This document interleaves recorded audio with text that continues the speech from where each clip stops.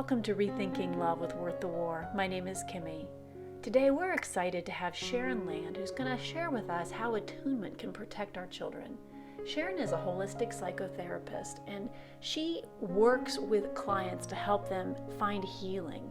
One of the things that really interested me about her is that she has a master's degree in clinical mental health counseling, but she's certified in many other modalities that help people find healing from trauma.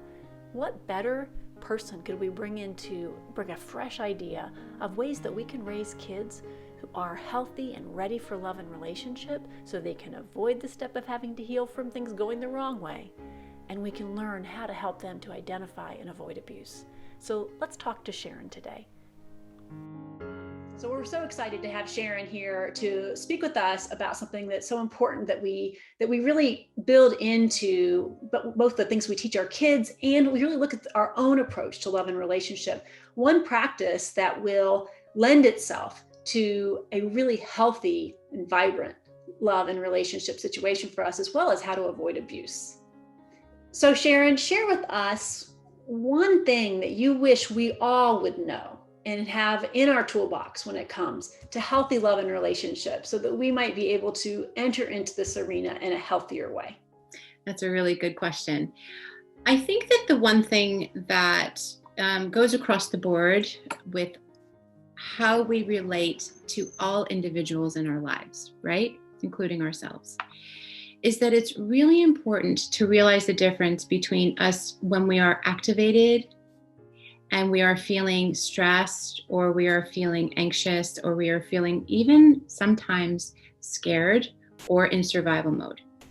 And that it is really important to realize that it's challenging for us to make any good long-term healthy decisions when we are feeling activated in our nervous systems, right? So I think that, from a parenting perspective, I think it's very important to really consider healthy attunement, right? And attunement is really looking at the child and helping them to learn how to regulate their own nervous systems, right? And we've learned this definitely this past year, right? As a collective community, and not even just here in the United States, but across the world, that most people have been living in a very intense survival state.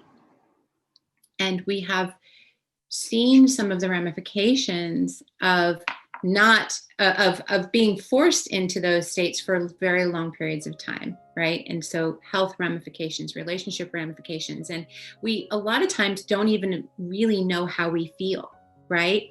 So when it comes, and which we've seen, the divorce rates skyrocketed during the pandemic, because we were avoiding all of these things, right? We were avoiding all of these different things within our relationships because we really weren't even aware how we felt.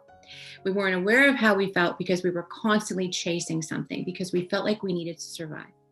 So when we take that and we place that like transparency over relationships, I feel it's really important to take a look at ourselves and how we really are, and if we really truly are still living in that survival mode.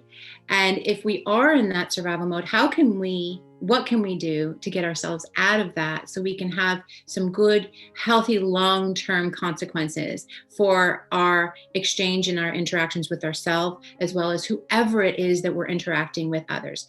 There are also, depending upon how long individuals have actually been in that state, they actually, because they feel so unsafe being in that physical state, they actually leave their bodies. Their soul leaves their body, right? So they're talking, they're having a conversation, but they are completely unaware of anything that they're saying. So, and I'm sure you've heard this, where somebody is like, well, you said this. And it's like, no, I didn't. Well, yes, you did. I heard you say that, right? Well, actually, no, I don't remember saying that. And it's not because they didn't say it. It's because they were feeling so unsafe in that situation that they had our bodies are designed to be healthy. So they're going to find a way to be able to find safe ways to be able to exist, right? And is this the same as dissociation?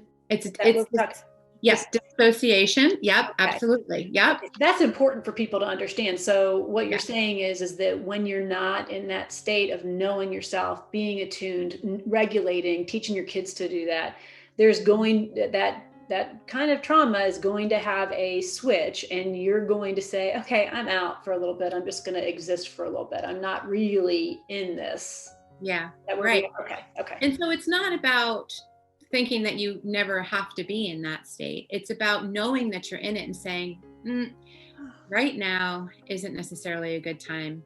And saying we need to take 5 or whatever it is. And again, we're talking about love relationships, intimate partner relationships. However, this spills into all different ways that we relate with all different aspects of our lives, right? So whether it's work or anything else.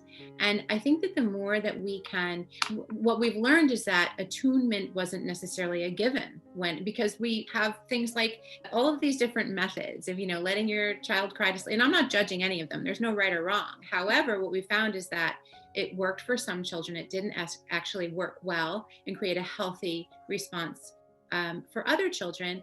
And then ultimately they're growing up as adults, never really knowing what it feels like to feel safe and secure and protected. So they're seeking it out in other ways that are not necessarily healthy long-term things, which leads us into that tumbleweed of unhealthy relationships, right? Because we're seeking out all of these things of not being regulated and not feeling safe in our insides, right? Yeah, that's brilliant. So that really what you would say is this idea, this thing that people should know is that before you start looking to how your connections, the health of your connections, the places these things are going, that we need to step back and say, where are we within ourselves? And actually, I think you give us a little bit more than just that kind of basic knowledge, but you're saying, let's recognize when we do what our brains are built to do, which is to pull us out of things that are too much for us. That's a beautiful thing, but it also has a cost. And so understanding when you're in that, finding a way back in, that's a huge topic, I'm sure. But so that's a knowledge that as parents, as individuals, if we can grasp onto that, we literally will be able to sidestep doing more damage. Absolutely. Okay. Absolutely. Yeah. That's a great thing then. So I think that, maybe down the road, we could even talk about what are some of the things that you could expect to see when you're doing that? Like if you're pulling yourself out, you mentioned somebody says, well, you said that, didn't you? And that's something that we should be trained to recognize, right? Because we may not do that. Okay. Yeah. And like I said, there's so many different layers that you can go into that for sure. And it's a very broad topic and perspective, and really can be tied very much into our connection to a higher power and all of those other things as well, right? So it's not just about the science of it, which is what I love. So it's really about, again, knowing yourself, understanding how, and I think we said this earlier, sometimes you just don't know how much you don't know until you just move a little bit outside of your comfort zone. So having a relationship or being open to having a relationship or starting a relationship is not a bad thing. It's not like you have to wait until you're perfect, because there is no such thing as perfect, right? It's really just about understanding that there are these pieces that come into play that we're not going to know until we're there, right? However, to at least give ourselves the grace and to at least come from a place where we understand that we are built for connection, and we sometimes seek that connection in ways where we're trying to recreate things that we didn't receive when we were younger, that were organically and innately built to actually receive, right?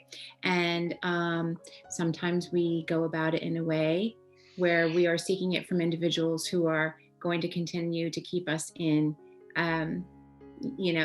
an unhealthy environment, right? Cycle. And I think that is something that we should probably look at down the road, is really kind of giving people a little bit to think about when it comes to being able to identify that. And I've loved everything about this discussion. It's going to be over a couple episodes, so we'll make sure to link them in the description below, that will say, if you want to think about this, then we'll point you back to that YouTube video, but I can't thank you enough for taking the time to share with the people in this little community and our family that we share on Instagram, and we're on Twitter and Facebook and other places. So it's been wonderful, Sharon. Thank you for just being you and sharing your heart and helping people.